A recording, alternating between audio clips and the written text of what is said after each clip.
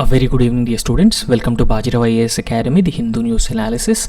So today is 2nd May 2025 and today we have some very important news articles for the discussion, and in fact these are very important topics, and one by one we'll try to discuss all these important topics in a very detailed and in-depth manner. And the first topic that we are going to start this discussion is with the private members bill.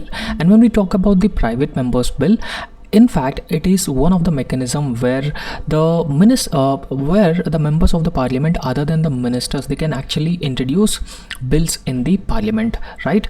So in fact, most of the bills are introduced by the government of the day. That means the ministers who introduce most of the bills, and other than the ministers, MPs who are actually belong to the opposition political parties or any other political party, or even the ruling political party, who MPs who are not ministers, so they can also introduce bills, and those bills are called as the private members bills, right? So this is a small definition of private member bills. However, in this topic we'll understand what is the importance of the private members bill in India, and what are the other bills which were already passed in the parliament previously, because this is a very important topic. This is important for your mains examination, particularly general studies paper 2. This is very important, and previously also there were questions on private members bill, particularly in the prelims examination. So therefore it is very important because we will be discussing this in a much more comprehensive way.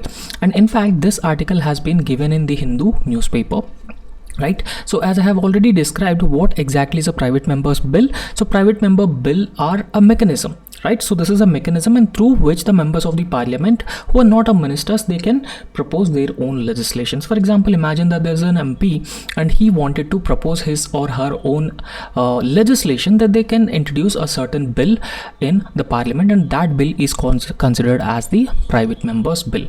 And in fact, one thing that you should remember here, for example, if any MP who is not from the ruling party, or who is also from the ruling party but he's not part of the council of ministers, and if that particular MP introduces any bill in the parliament, and then that bill will be considered as the private members bill. And in fact, in the Indian parliament, we all knew that the most of the bills are introduced by the government, right? So either the minister introduce the most of the bills in the Indian parliament, and they are being drafted and tabled by the various ministries in the government. So however, in contrast to the government bills, in contrast to the public bills, so the private member bills come from individual MPs. So they are from either the ruling parties or even the opposition political parties or any other political party, but they are just the MPs, and they can introduce the bills on their own without taking into consideration the views of the government of the day.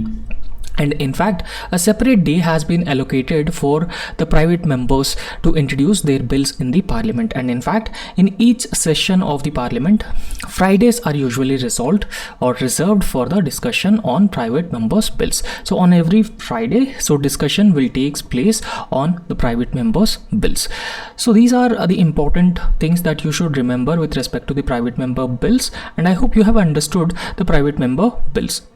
And in fact, the private member bills are also considered as the last remaining intervention, because the MPs can actually go through their own mandate, their own discretion, rather than they are following the mandate of their respective political parties. And in fact, the 10th schedule of the Indian Constitution, particularly that has been introduced through 52nd Constitutional Amendment Act, it has brought in anti-defection law. So we all knew about that. So anti-defection law has made it mandatory that the MP must follow the whip of the political party.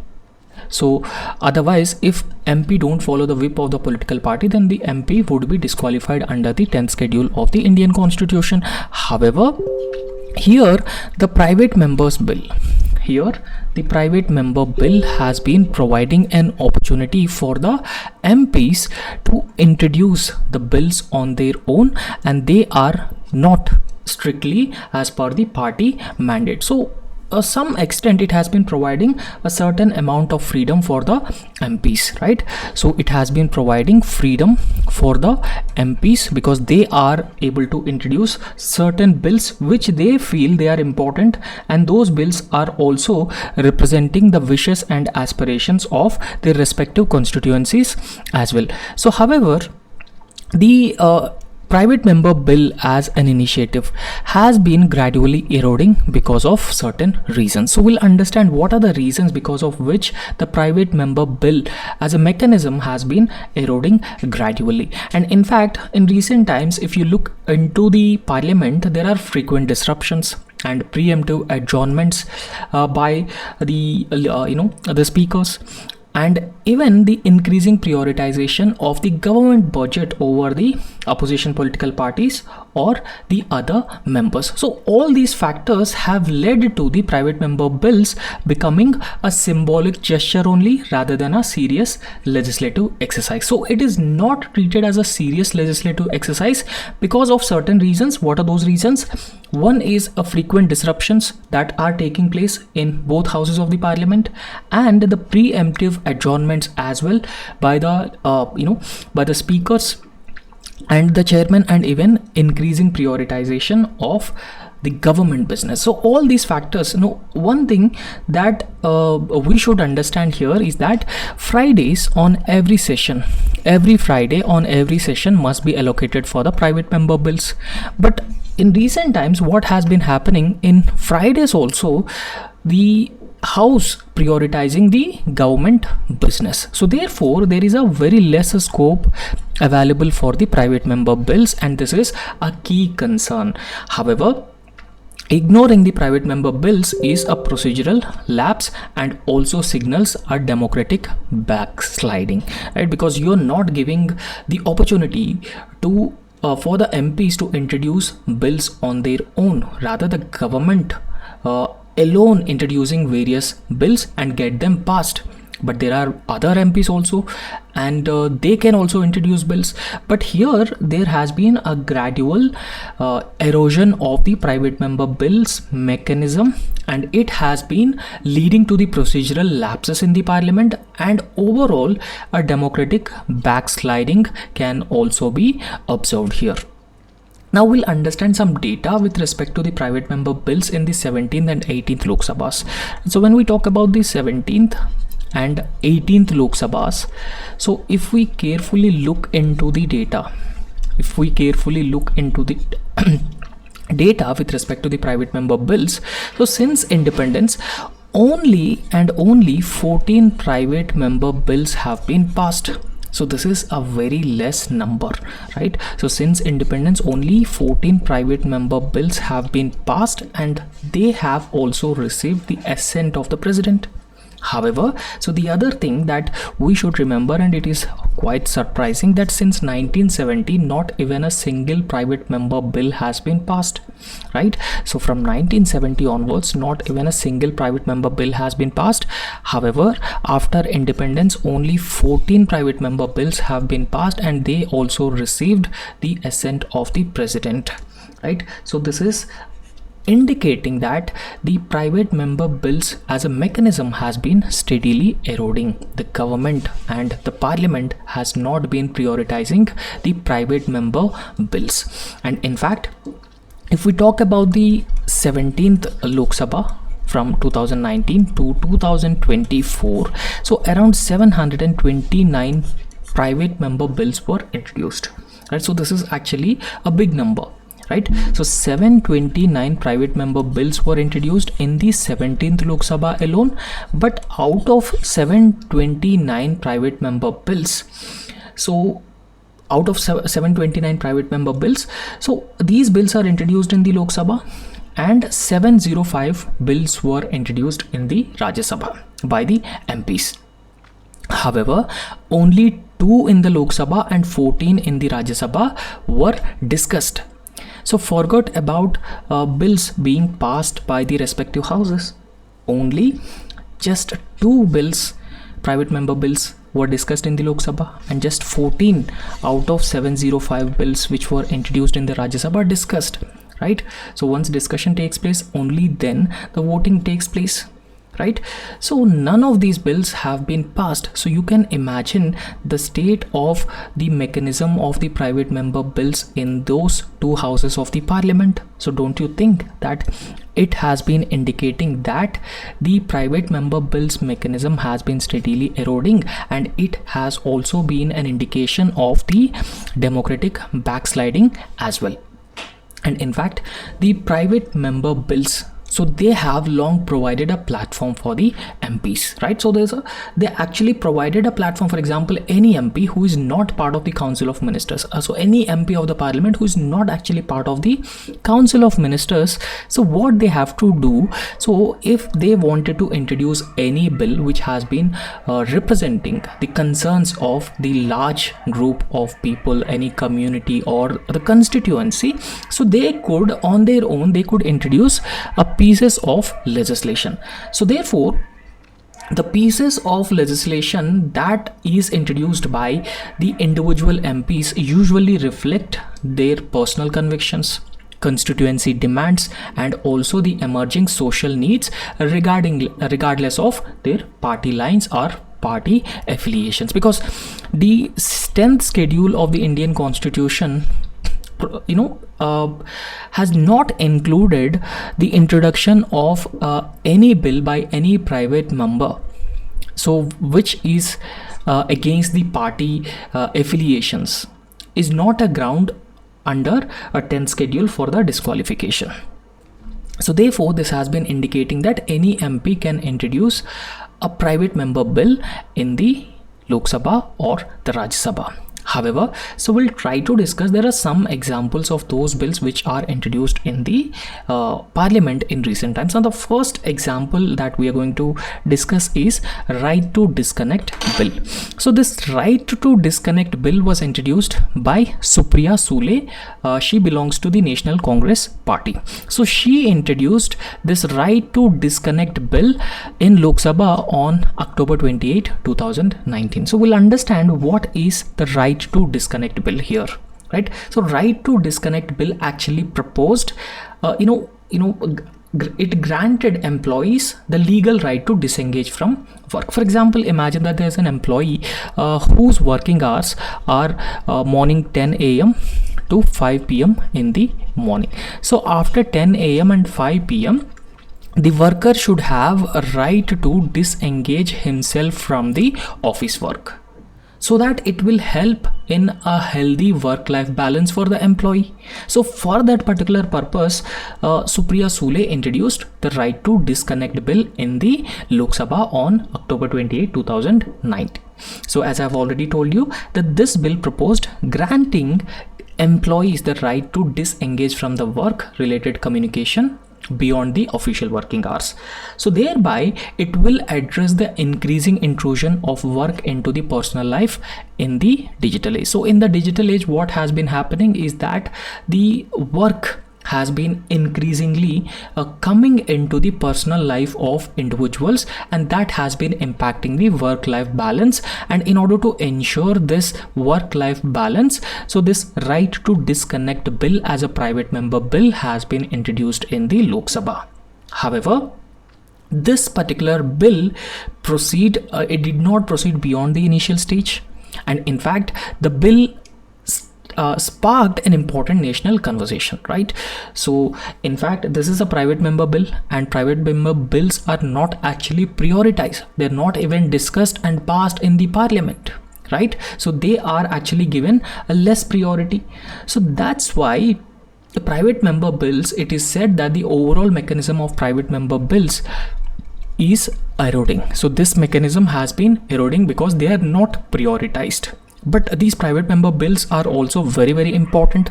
They also reflect important issues, important problems in the society as well. So even though the right to disconnect bill has not been discussed and passed in the Lok Sabha, This has triggered an important conversation about different issues such as mental health of the workers and employees. Work-life balance is also very important for the employees, otherwise it would result in the mental health issues and even the labor rights, right? So when this private member bill has been introduced in the Lok Sabha, it has triggered a discussion which has been centered around all these issues, right? So by this, what we can infer is that by introducing these private member bills on important issues, they can also trigger the conversations at the national level and even the parliament also. So therefore the government can actually understand the quantum of the problem, and government can also come up with a separate legislation on that matter, thereby indirectly addressing the issue which has been existing.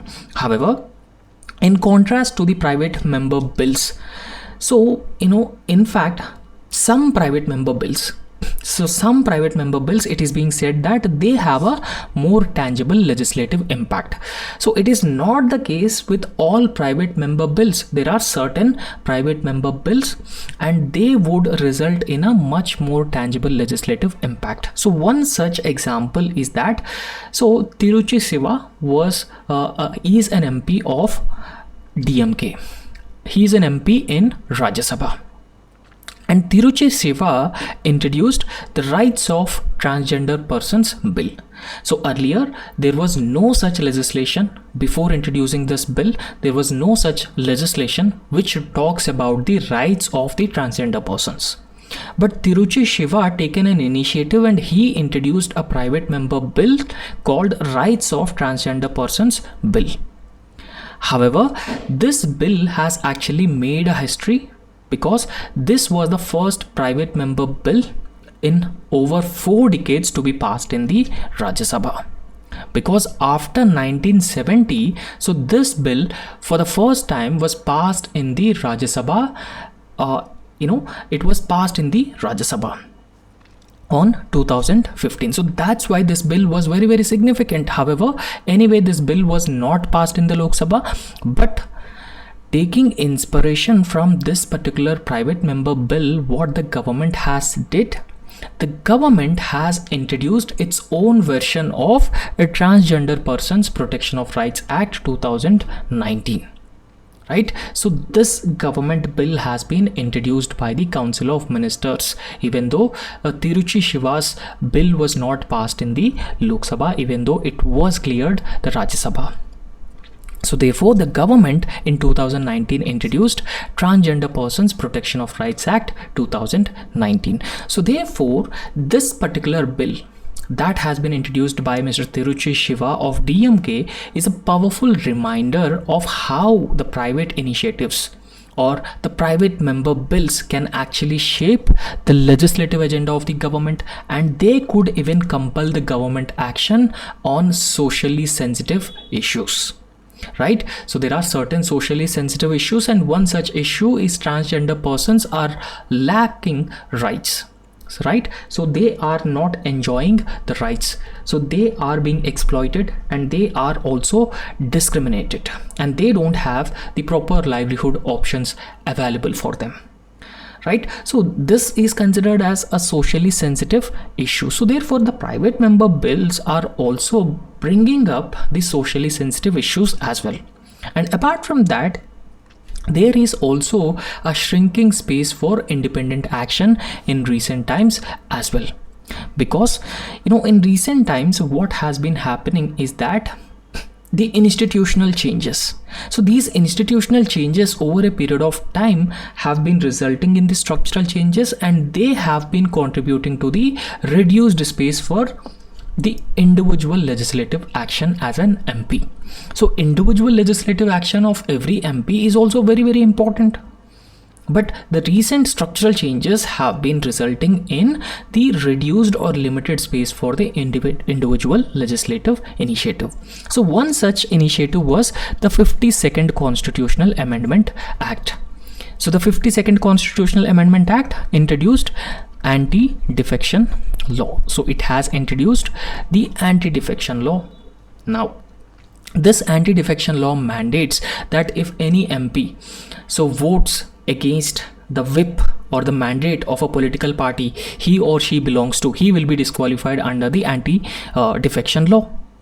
Right? So therefore, the 10th schedule of the Indian Constitution is one such initiative that has significantly reduced the space for individual legislative action.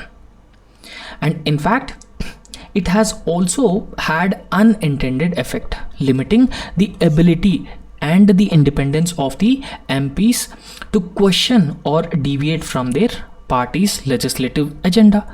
If any MP deviates or questions the party's legislative agenda, they will be disqualified as an MP. And that is what the anti-defection law is talking about. So therefore, in such a structural environment, the private member bill remains one of the few avenues through which MPs across the party lines can suggest the constructive policy alternatives on various matters, because any MP, irrespective of party lines or party affiliations, they can introduce a bill in the Lok Sabha or Rajya Sabha, and they will not be disqualified under the 10th schedule. So therefore, don't you think that it has provided a mechanism for the MPs to introduce bills on some socially sensitive and other important issues at different levels? So however, so what should be the way forward? So there is no doubt that a mechanism of private member bills has been eroding over a period of time. So not many bills are discussed or passed by both houses of the parliament, and not many private member bills are actually becoming acts or the proper full-fledged legislations. So in this context, what should be the way forward so that we could encourage more and more private bills which are introduced, discussed and passed in the parliament, both Lok Sabha and Rajya Sabha? So firstly, what we could actually do, as I've already told you, that in every session, every Friday is catered for the introduction and discussion of the private member bills. So therefore, there is a need to protect Friday time for the private member bills. So for that, there is a need to amend rules of the both houses to make the time non-negotiable barring the national emergency. So therefore, Friday must be given for the discussion and introduction of the private member bills. And in fact, it is also important that we need to think over shifting the day from Friday to Wednesday, so that we could have a higher amount of attendance. Generally during Fridays, what has been happening, there is a very low attendance of MPs, since this is the day that has been given for the private member bills discussion and introduction. So they don't feel that it is much important. So in order to ensure that there is a higher attendance of the MPs, so we need to shift the private member bills discussions to Wednesday to avoid this low attendance. And apart from that, the author has been clearly telling us that there is a need to establish a priority committee for the private member bills. And this priority committee or expert review committee will shortlist a certain private member bills which are considered as a high impact bills, and those bills will be taken up for the discussion as well as voting in the houses, so that there will be a greater probability of these private member bills will be passed in the both houses of the parliament. And in case if there is a lesser amount of time available for the introduction and discussion on the private member bills, then we need to increase the working hours of the both houses of the parliament as well. Right? So parliament need to sit longer to accommodate both government and the private businesses. And even we should think of introducing the online dashboards, and these online dashboards you could regularly check and monitor the status of the private member bills and their progress, and it will also bring in more and more transparency as well. So these are certain reforms that must be undertaken in order to make sure that the private member bills are not just introduced, but they are also discussed and passed in the both houses of the parliament. I hope you have understood this. And next important topic is natural hydrogen. And in fact, hydrogen is one of the most potential and promising fuel for India, and not just for India, for the entire world, because the world has been looking for the decarbonization of their economies, and they are planning to make a transition from the fossil fuel based energy resources to a green fuels. And in this context, natural hydrogen is a sustainable, a promising and potential energy source, right? And in fact, India is also having certain ambitious goals, such as India wanted to become net zero by the year 2070. So if we wanted to become net zero by 2070, then we must depend on the renewable form of energy resources such as wind energy, solar energy, natural hydrogen. So all these different forms of energy, instead of substantially depending on the fossil fuels, so we must cut down our dependence on the fossil fuels, and then we could achieve our intended goal of becoming net zero by the year 2070, and that could be possible through the hydrogen energy. And in order to promote the usage and the production of hydrogen, National Green Hydrogen Mission has been launched by the Union government. And in fact, the green hydrogen, or the hydrogen per se, is having a lot of advantages for any country, because hydrogen is a cleaner fuel and it is considered as a cost-effective fuel, and in fact it is also considered as a scalable energy alternatives, right? So it is an alternative. However, so among the emerging options with respect to hydrogen, the naturally occurring geological hydrogen. So this naturally occurring geological hydrogen is also known as white or gold hydrogen, and it has attracted a significant attention for its potential to decarbonize the Indian economy, right? So in fact, unlike the other different forms of energy that is being produced through electrolysis, so this natural hydrogen generally occurring as its natural form, like a fossil fuels. So therefore, if we can explore the natural hydrogen, and this natural hydrogen can be used as a sustainable fuel. And in fact, the early signs of significant reserves and even increasing global momentum in exploration technologies, natural hydrogen can actually play a very important role in ensuring energy security for India. So in the coming years, we can no longer dependent on fossil fuels. However, it is also very important for us that we need to ensure energy security for India, and green hydrogen, or the natural hydrogen for that matter, is very important for ensuring energy security for India. Now, how natural hydrogen is being extracted? So we need to understand how natural hydrogen is being extracted. So right now, hydrogen is manufactured mostly from the natural gas through an energy intensive polluting process, right? So because when we talk about this blue hydrogen, so blue hydrogen, in order to produce blue hydrogen, so what we actually do, we use natural gas here.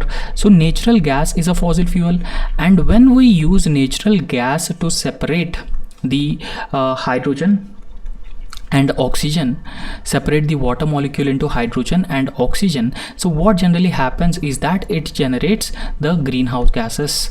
However, the greenhouse gases are captured and stored in this mechanism. However, along with the blue hydrogen, there are also different other methods of hydrogen production processes, such as gray hydrogen, brown hydrogen. So all are they also emit the greenhouse gases into the atmosphere when we produce the hydrogen. And in fact, this is also considered as an energy intensive and the polluting process of production of hydrogen. However, the green hydrogen, which is actually made with the renewable electricity, so this is how the green hydrogen is actually produced, right? So we use renewable energy for the electrolysis process, and electrolysis will separate the water molecule into hydrogen and oxygen, and then the hydrogen will be stored and used as a fuel, right? However, the problem is that it is expensive in nature, right? So production of green hydrogen is prohibitively expensive, and it would require a vast amounts of wind and solar power to work out at a scale. However, as of now, we are not able to produce a huge quantities of renewable energy from wind and solar farms to generate the hydrogen energy. So therefore it is expensive. However, this natural hydrogen, it actually occurs as a free gas in geology, produced by processes such as serpentinization. So serpentinization is the interaction of water and iron containing rocks, and the radiolysis of water by radioactive rocks, and even from the organic matter at depth, right? So natural hydrogen can actually be extracted from these different sources. Now in this context, in India, if we talk about the potential of natural hydrogen or the overall hydrogen demand in India, India's annual hydrogen demand is expected to grow from 6 million tons in 2020 to over 50 million tons by 2070. So there will be a substantial increase in the demand of hydrogen in India, because India over a period of time going to align its energy demands with the net zero goals.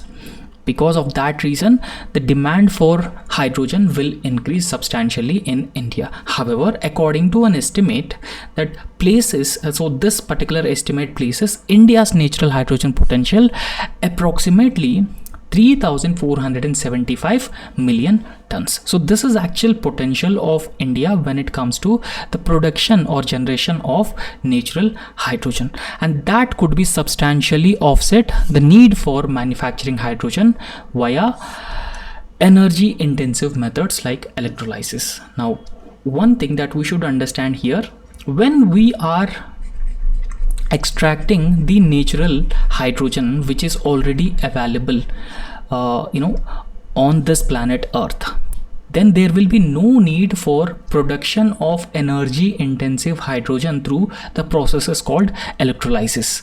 Like how we are extracting the crude oil or other fossil fuels, we could also extract the natural hydrogen as well. So if we get to know about the reserves of natural hydrogen. However, the recent findings of underground hydrogen in Andaman Sea islands and analogous geological formations across India suggest there are untapped reserves of natural hydrogen in India. So however, it actually requires a lot of research and a comprehensive mapping to understand and find out the reserves of natural hydrogen. However, here what are the natural factors and the exploration needs that we should take into account, and what are the important regions where we could actually found a huge reserves of natural hydrogen, so that we could actually explore them, extract them, and use them for our green mobility. Now in fact, tapping natural hydrogen, so it actually requires a robust understanding of India's diverse geophysical landscape. And in fact, there are different regions in India. For example, the Dharwad region, Sangbam region of Jharkhand, and Dharwad region of Karnataka, and Vindhyan and Gondwana basins, and Ohiolite complexes and Himalayas and Andaman. So they actually show a promising characteristics such as, so there's a presence of hydrogen generating rocks and adequate seals and traps to contain the gases, and even the subsurface features suitable for a large accumulation of hydrogen. So these are the promising aspects when we talk about the presence of natural hydrogen, and these are the areas which are actually considered as the potential areas where we could actually found the natural hydrogen, and we could also extract the natural hydrogen in the future as well. And the next important topic, so recently Prime Minister Narendra Modi talked about the orange economy in a Waves Summit. Right, so this Waves Summit took place in Mumbai, and what is exactly the Waves Summit, and what is the orange economy, and how this orange economy will benefit the Indian economy, and how it is going to provide employment opportunities for India's youth on a large scale, and this is also an emerging sector, and it is expected that in the coming days, so this orange economy could grow several times, right? This is a new term, and this is also very, very important. There is a higher chance of this is being asked in your prelims and mains exams as well. So recently, Prime Minister Narendra Modi inaugurated World Audio Visual and Entertainment Summit. So this is called as WAVES, World Audio Visual and Entertainment Summit 2025 at a Geo World Convention Center in Mumbai. And in fact, this particular event is being seen as a milestone. This is very important for India's growing creative economy, because the orange economy is associated with the creative economy in the sense that the performing arts, music, dance, drama, social media, digital media, so all these different things would comes under the part of the creative economy.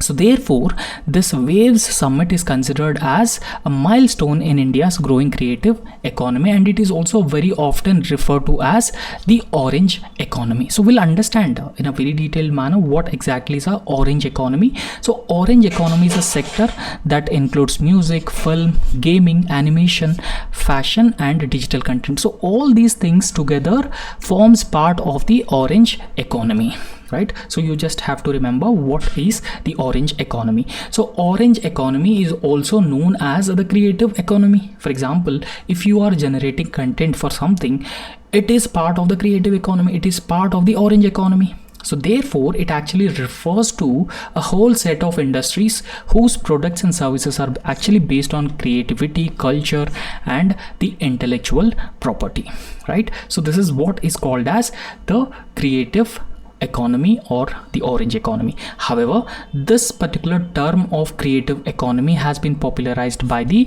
UNESCO and Inter-American Development Bank, right? So they have actually popularized the term orange economy, so to describe sectors that could actually generate economic value through the cultural expressions and also the creativity as well. So around 112 years ago, in 1913, first full featured film in India was Raja Harishchandra. So this was considered as first Indian full featured movie.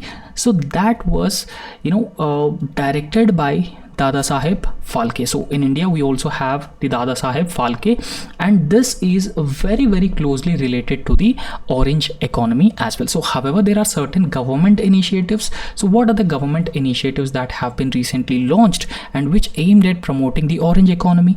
So the government has announced $1 billion creative economy fund. And in fact, the government has already established Indian Institute of Creative Technology in Mumbai to skill the next generation. So this is a very important initiative that the government has launched to promote the orange economy. And apart from that, it is also expected that the creative economy or orange economy will grow manifold in India, but as of now, the orange economy has been contributing a $30 billion to India's GDP and also 8% of the total workforce as well. So you can imagine the potential and the future growth of the orange economy in India, and that's why Prime Minister Narendra Modi gave a call to make India a hub of the orange economy. And in fact, the creative exports from India also exceed 11 billion annually, and sectors like YouTube, digital design, so they are actually enabling small town creators to reach the global audiences as well, right? So the next important topic is US-Ukraine mineral deal. So this is also a very, very important topic, and you may get a prelims question on this, and we'll also understand what are the critical minerals, right? So for India also, these critical minerals are very important, and there are number of questions which were reflected in the past in prelims examination. So if we go into the context of this topic, so United States and Ukraine have signed US-Ukraine Reconstruction and Investment Fund. So they have signed the mineral deal as US-Ukraine Reconstruction and Investment Fund, and this agreement gives Washington, that means this particular agreement between US and Ukraine will give US access to Ukraine's rich mineral resources. particularly the critical minerals, and in return what US will do, US will share its profit with the Ukraine, and US will also fund the reconstruction of Ukraine, and it will also extend military support to the Ukraine as well. And US will also don't ask the military aid that it has earlier provided to the Ukraine. So this is the mineral deal between the US and Ukraine. So what exactly is this deal is all about? So what exactly this deal is talking about? So this agreement creates a joint investment fund. So this joint investment fund is created between US and Ukraine.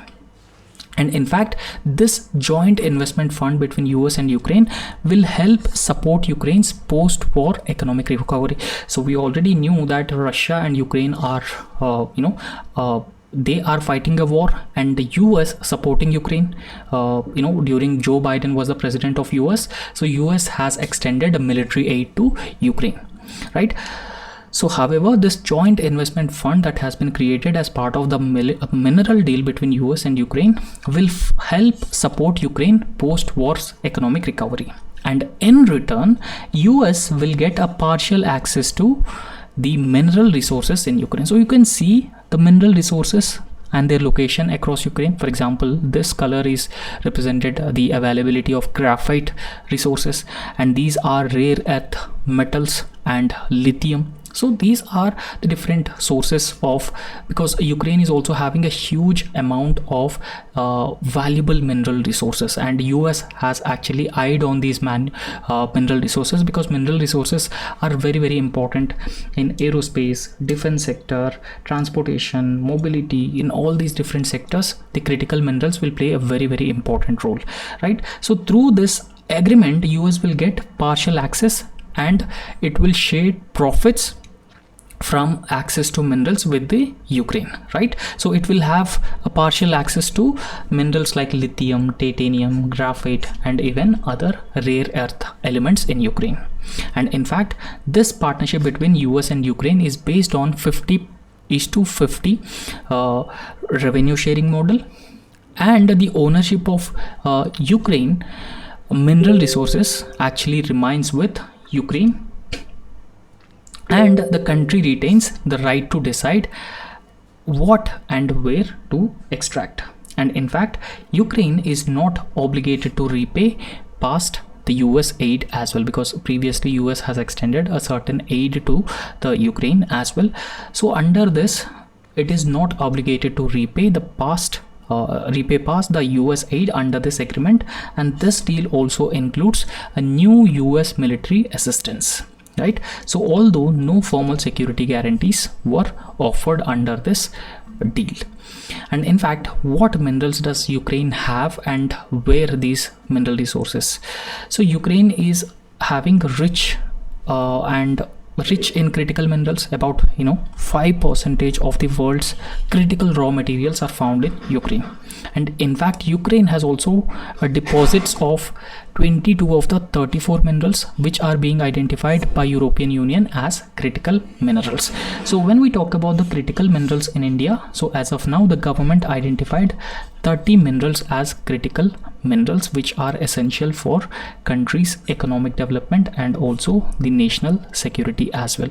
So 30 critical minerals that the government has already identified. So this is the list of 30 critical minerals that the government has identified, and 10 minerals are considered as the minerals on which we have completely dependent on, right? So we have completely dependent on import, right? So 100% of import of those minerals from the other countries, right? For example, lithium, cobalt, nickel, vanadium, niobium, germanium, rhenium, beryllium, titanium, and strontium. So these are the 10 minerals we have been dependent on other countries, right? So 100% of these minerals that we have been importing from other countries, right?